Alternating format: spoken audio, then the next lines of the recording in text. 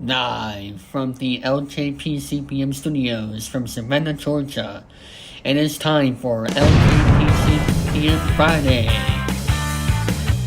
And now, here's the stars of the show, Link Shepard, Benny Mooney, and Remix Clone.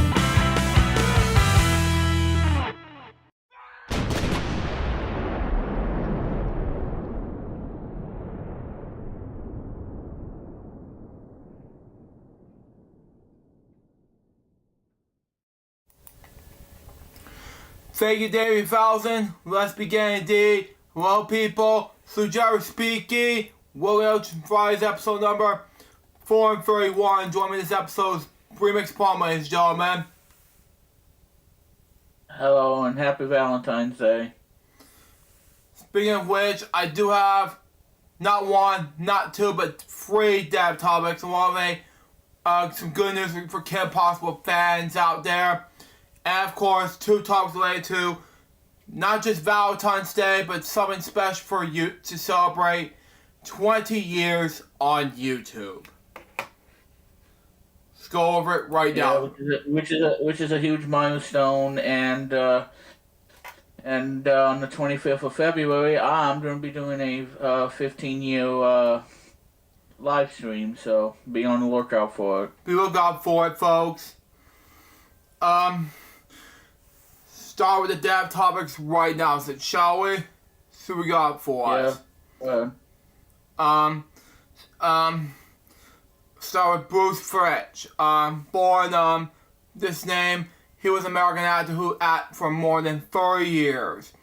Born in Rembrandt, Iowa, on July 4th, 1945, he attended the University of Iowa and majored in speech theater. He was married to actress and singer Ellen Barnett. He is best known for his recurring role as Father Roger in NBC daytime drama Passions, appearing in over 400 episodes between 1999 and 2008. Launching a Brian Priest, like that, who has also had an uncanny knack in portraying evil, who is one of the French more than 150 credited appearances in television and film. He played Priest on Another Man in the Faith with such freshman he brought a caller to auditions. Anyways, French also played Jim Burns, my dad, the wealthy neighbor of the Maui rich family on the Richies. Jim's wife, something like that, Nina, something like that. He's played with Mario Mondale. He was also one to have him portray a number of different characters across the Star Trek universe, including the empath in conjunction with Gene Simmons in The Drumhead. Cited as one of the best episodes in the franchise. He's also one of the few actors that appear in both Star Trek and Star Wars. Wow. He having contributed to his voice in Star Wars, the original radio drama in 1981. His film roles include Check Out Man, Frank Berry's Man in the Swing. He also briefly kept role in report on Jurassic Park 3 and psychologist in Fletch. He died of combination of Alzheimer's disease in Los Angeles on February last week. He was 79 years old. The next step topic of Jerry Ainsberg. Born that name, he was an American television producer, animator, storyboard artist, and character designer, primarily known for his work in Hanna-Barbera Productions and Ruby Spears Productions. He was the son of Harvey Eisberg, an animated comic book artist associated with Tom and Jerry and other characters from the MGM cartoon studio. They were the German descent. Jerry Eisberg quit art school to take his first job as a retreater for MGM in 1956, and the studio closed 7 months after Eisberg's hire. And he went to work as assistant for Ken Harris at Warner Bros. Cartoons. In 1961, Eisberg was hired at Hanna-Barbera Productions, run by former MGM cartoons producers William Hanna and Joseph Barbera. Here, Eisberg co-created the Peter Palmer Show. Something like that. Designed the characters with wacky races and studio super friends, and worked on the layout and programs such as Jetsons, Huckleberry Hound Show, Johnny Quest, and Rugby Races. In 1977, Hanna-Barbera nominee Joe Ruby and Ken Spears started on studio Ruby Spears Productions. And Harrisburg as producer and character designer for Fanface, Blind Man's Comedy Adventure Show, and Fondar the Barbarian. He later worked as a writer, a storyboard artist, and /or designer layout artist for a number of productions of top various studios, including Muppet Babies at Marvel Productions, My Childhood Show, House of Mouse of Walt Disney Television Animation, and Dilbert, iBox, Columbia TriStar Television. He's also worked on a number of productions for Hanna-Barbera, the successor, Warner Bros. Animation, including, and I'm sorry to say the remakes, Johnny Bravo, Venters, Tom and Jerry Kids, and a number of Scooby-Doo direct-to-video films. He died on last Tuesday. He was 87 years old. And my last step topic has to do with Patrick Barclay. Born that name, he was a British journalist and sports writer. He was born in 1940 something. Anyway, I can't remember the name. Sorry.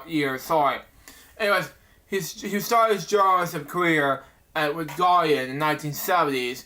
When the newspaper Independent was launched in 1986. He was appointed the first football correspondent. He joined Observer in 1991, but was become football correspondent on the Sunday Telegraph in 1996. And on the Post for 12 years. Wow. Barclay joined the Times in February 2009 as chief football correspondent to replace Martin Samuel, who was joined the Daily Mail. Thus, Barclay became one of the few journalists who became main writer, business publisher for all four quality newspaper groups in England: Times, and Guardian's, Observer, Telegraph, and The Independent. Barclay left the Times in December 2011 due to cost-cutting measures. In January 2012, he started writing for the London England Standard.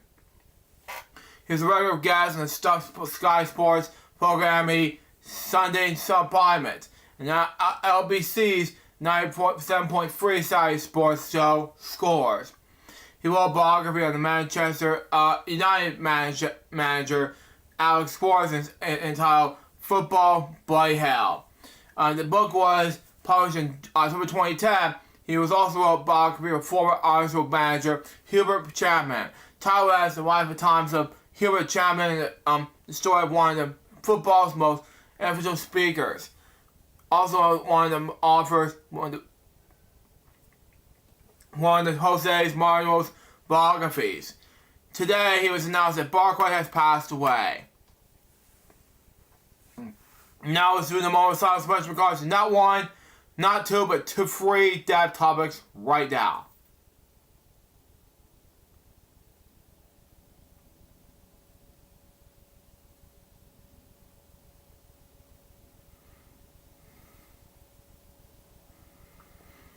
Thank you. Rest in peace, these three people.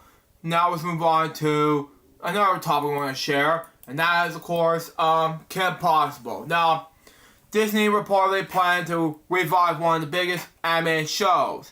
Disney is looking forward to bringing Kim Possible back into something new, according to the new report. It's looked like Disney is looking to bring back one of the biggest animated shows in its history, according to the new report. Disney television animation has had some of the most memorable animated shows over the decades, as well as on fire in the early 2000s. The Disney Channel filmed a ton of television shows, including Recess, my childhood show ever since I was a kid growing up, that went on to their final kinds of success through the feature film adaptations, sequels, and more. Many of these TV shows were brought to their respective ends after long and successful runs. Kim Possible was likely the biggest icon in the era in this regard. Although it's been acquired since the final episode of the animated series came to an end, Kim Possible was one of the strongest franchises when the Disney television animation catalog. According to the report designer, it appears that Kim Possible is such an icon that probably within Disney that they were looking for to bring it back. the new projects at time. But at the time of our report, the form of shape is a new project had been designed. Now, is Kim Possible coming back? Well, according to our report, Disney is going to do something with Kim Possible, but it's unclear from that. Anyway, it's whether to be reboot, revival, or a new live action with projects like that. But that said, they're sure there will be a new Kim Possible at some point in the future. Well, those reports does have not mentioned any concrete details to legend and the truly excited to what to be the horizon, something like that. The fact is for his interest, the priority, and the general is sure to be great boom for Kim Possible fans overall and being well such as been active. Wow. Anyway, Kim Possible ended for 4 seasons back in 2007.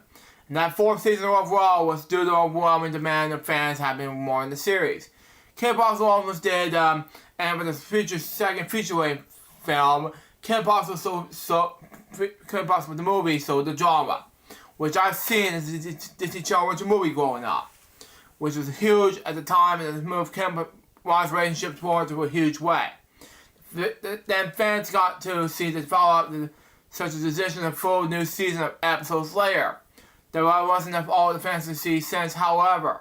Now, since Kim Possible get a revival, well, the only bump in the road in the revival, however, is what they probably see all take. Kim Possible experienced a live-action pre-revival with a live-action film that hit back in 2019. This is the final Kim Possible project released in the franchise. This has the potential again its own revival that the future took to instead of what it gives fans might want instead.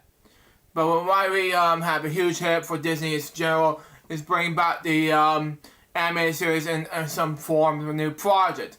Disney brand animation television it's been open to revivals and release like Stupid Fiends and Ferb coming later this year, something like that. So the idea of getting the new animated Kim Possible is getting into outside the realm of possibility. So it will also be possible to get much of the original creative team cast as much possible in the new series. So the topic is about will likely be the route to take.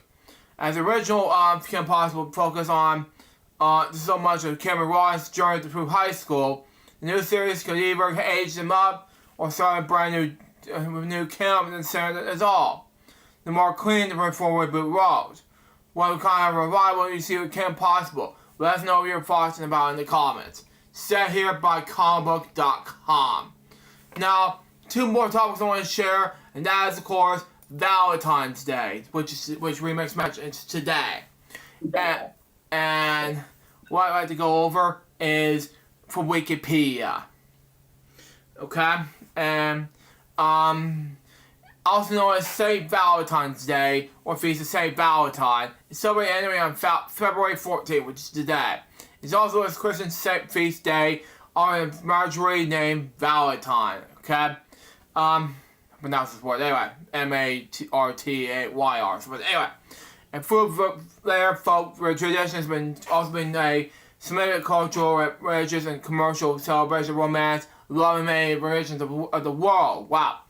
There are a number of random stories associated with the verse St. Valentine's committed February 14th.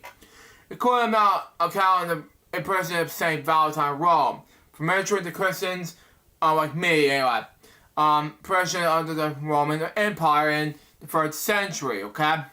According to early traditions, St. Valentine restored society blind daughter of its jailer. Wow.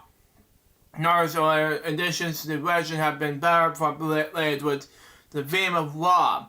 Traditions maintains that St. Valentine performed weddings for Christian soldiers who were married by the Roman Empire. In the 18th century, embellishment to the legend claims that he wrote the jailer's daughter a legend sign "Your Valentines" with farewell before the execution. The 8th century Croatian cemetery recorded that the celebration of the feast of St. Valentine, February 14th. they became associated with the romantic love in the 14th and 15th centuries. Wow. When the novel of Sequoia love flourished, pointed that the associated with the lovebirds in the early spring. In 18th century England, it grew into a collection for couples to express for their love to each other, brandishing love flowers, offering confectionery, sending green cards known as Valentines. Valentine's Day symbols that are used today include the heart-shaped outlines, doves, and the figure of winged Cupid. Okay. In the 19th century, handmade cards gave way to massive screens. In Italy, St. Valentine's keys are given to lovers as a romantic symbol and an invitation to unlock their giver's heart. Okay? As well as the children of the Waldorf elementary called St. Valentine's Mari. Today, this combination, that's the word, sorry. The combination combinations is loving in church, okay? Many parts of the Eastern Orthodox Church celebrate St. Valentine's Day on July 6th. Wow.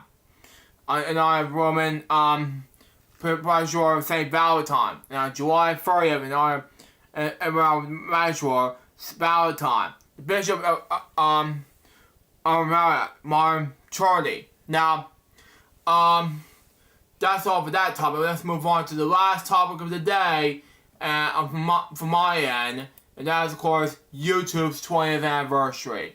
Now, to celebrate YouTube's 20th anniversary, I will react to one of the very first YouTube videos again, repeating my 500th episode of LJPCBM Reacts. And here it is. Alright, so here we are in front of the elephants. And the cool thing about these guys is that they have really, really, really long trunks. And that's cool.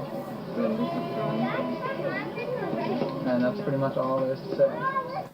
Yep, that's the very first video on YouTube called Me at the Zoo. And what it is, folks, it's a celebration of YouTube's 20th anniversary. YouTube turns YouTube 3 years old today. And what it is, 20 years ago today, three former PayPal employees launched YouTube.com. Originally attended a dating website with the slogan, "Turn Hook Up." The co-founders Steve, Chad Hurley, and Claude something like that, struggled to attack users so they could create YouTube's first video themselves. The clip titled "Me at the Zoo" featured columns at the San Diego Zoo. Wow, okay. In doing so, they built a platform where anyone has an internet connection that can upload and watch videos, like me.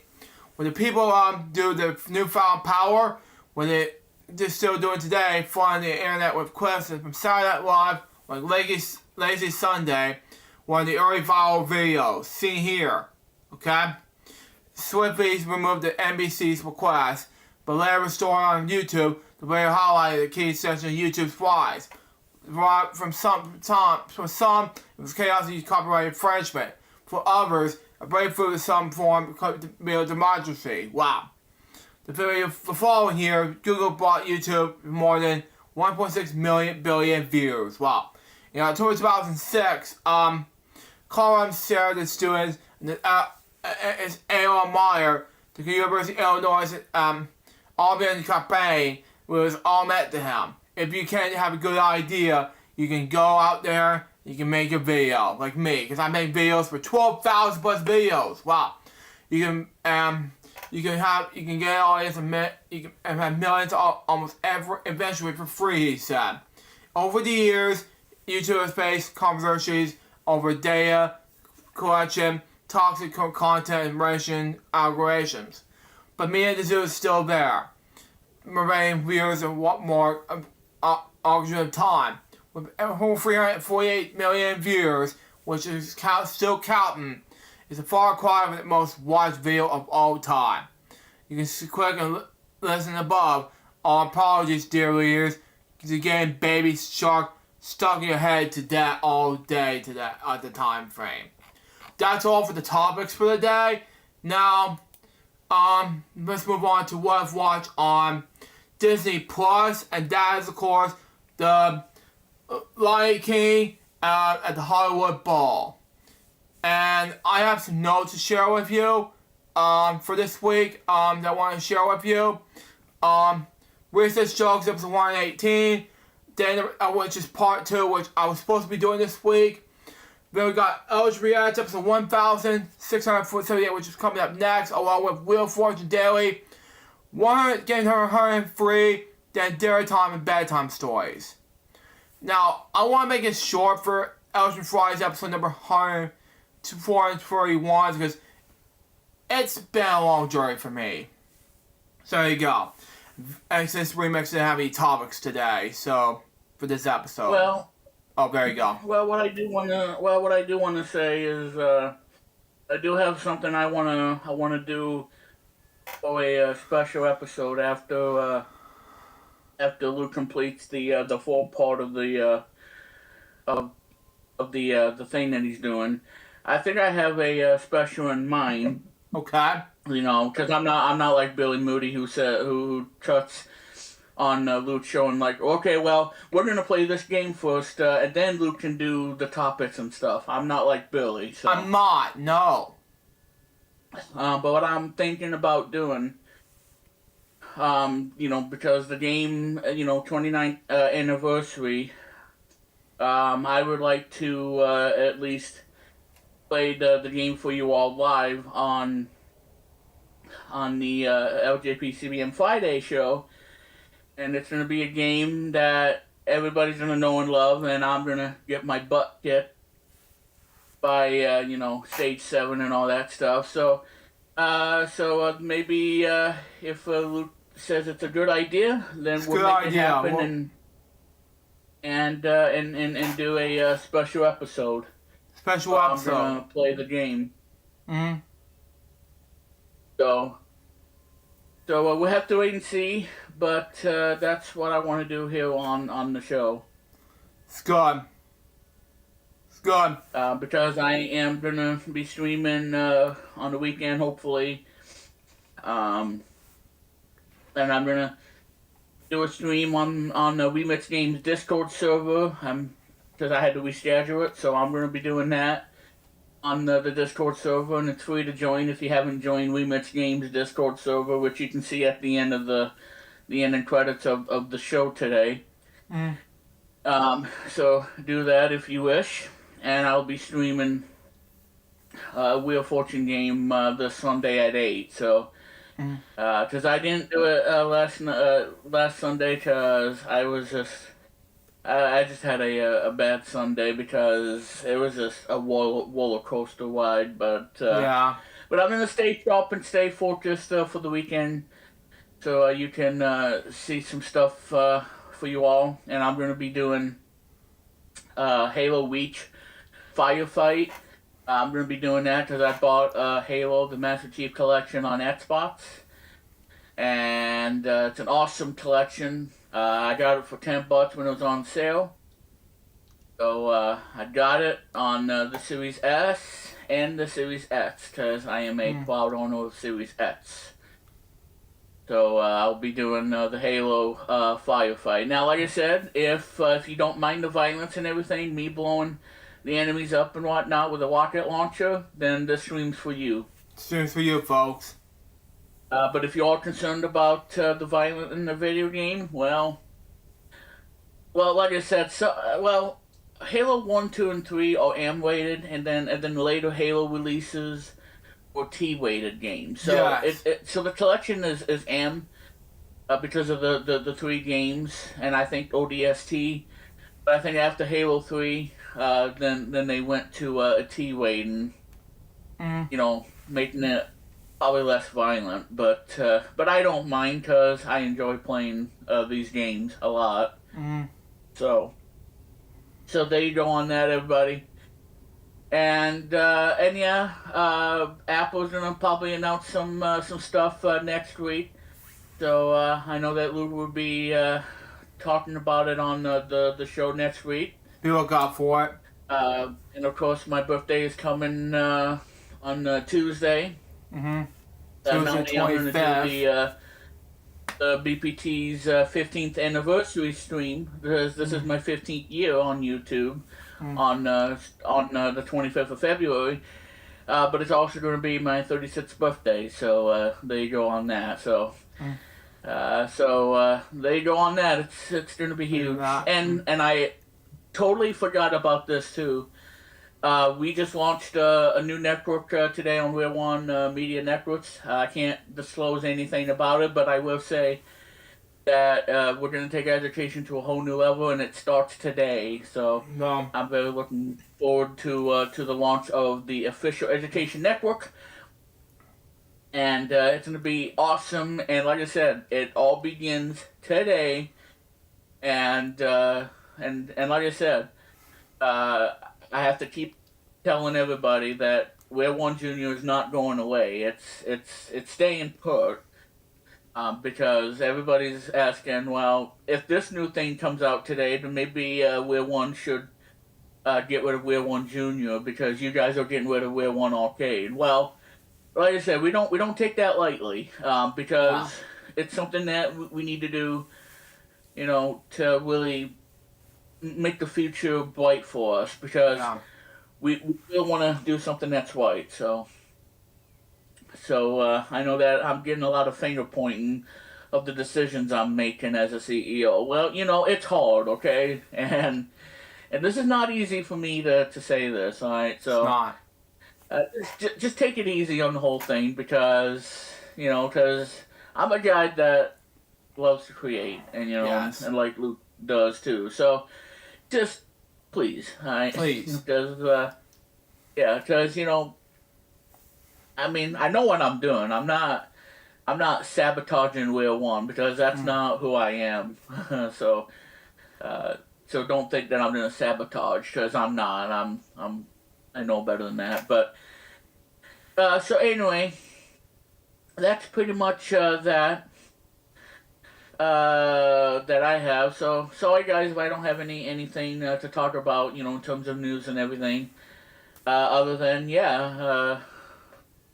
I mean, enjoy your Friday, because we're going to get a winter storm coming, icy in some spots.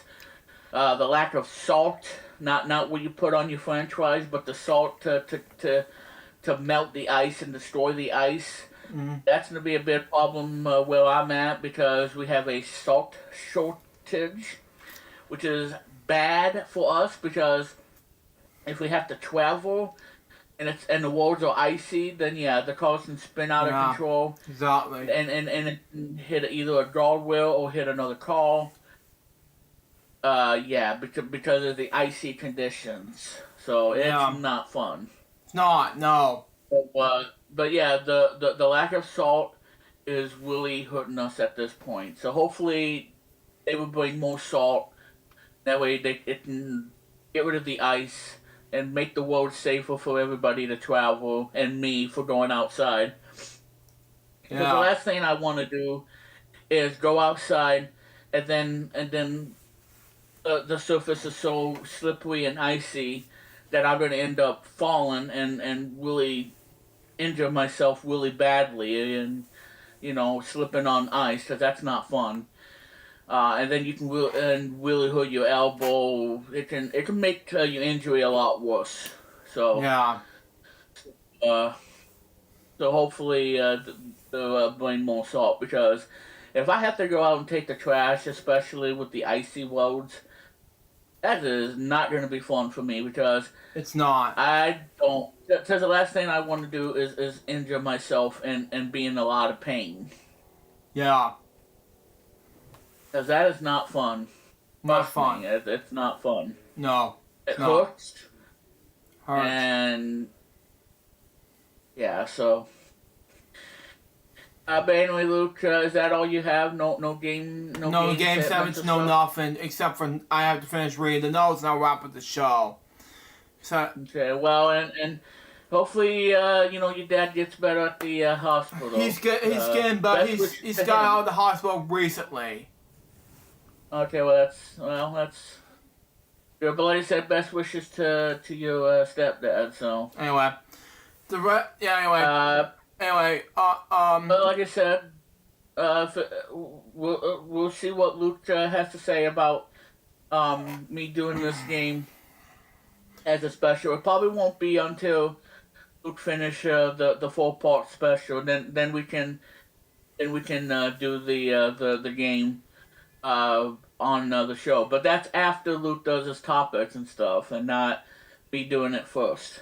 Yeah. Unless if Luke wants to do the game first and then do his topics like he normally does. So it's all up to him on what he wants to do. Yeah. For that. So Solid. that's all I have and everything. So anyway, Luke, we might as well end up wrapping the show. So take it away, Luke. Anyway, after today's videos, I got racist jokes on February 15th, along with Wheel of Fortune Daily. And then February 16th, we got more racist jokes, Wheel of Fortune Daily, and then lunchtime bedtime stories. Then February 17th, I was going to do racist jokes, but I have Ripley's to do, because I found a book recently about Ripley's. But I got it anyway. Then weekend celebrations, February 18th. Same with 19th. 20th. And we'll be back for Elgin Friday's episode 432, which is part 3 of 4 of Elgin Friday's of the Elgin 18. So it's going to be my 18th anniversary of LJPCBM on 10 days from now. And that was Elgin Friday's episode number 431. Sorry this to be that short, because I was going to be ready to say hey to my stepdad and everything. So since he's back from the hospital and everything. Hope you if you don't have anything else, Luke, then I can understand for being a short show. But like I said, you'll be back next week with an exciting episode.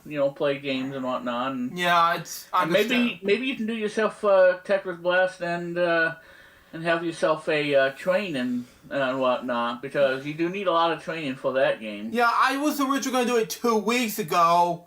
Well, actually last week, but things are going my play. You doing Real 1 work. Yeah. Well, anyway, Luke, sorry to interrupt you. Go ahead and wrap up like you normally do. Signature catchphrase and everything. The Crazy Bunch himself doing the Crazy Bunch dance. Anyway, Luke, go ahead. Oh, God, help me. I'll shut up. Okay. Thank you. Hope you enjoyed. Then there's going to be Elgin Friday's episode number 432, which will be about Elgin 18, number part 3. Till next time, suggest by baby, we can watch Elgin Friday's for you guys very soon. Out. See ya. See you next week. Happy Valentine's Day.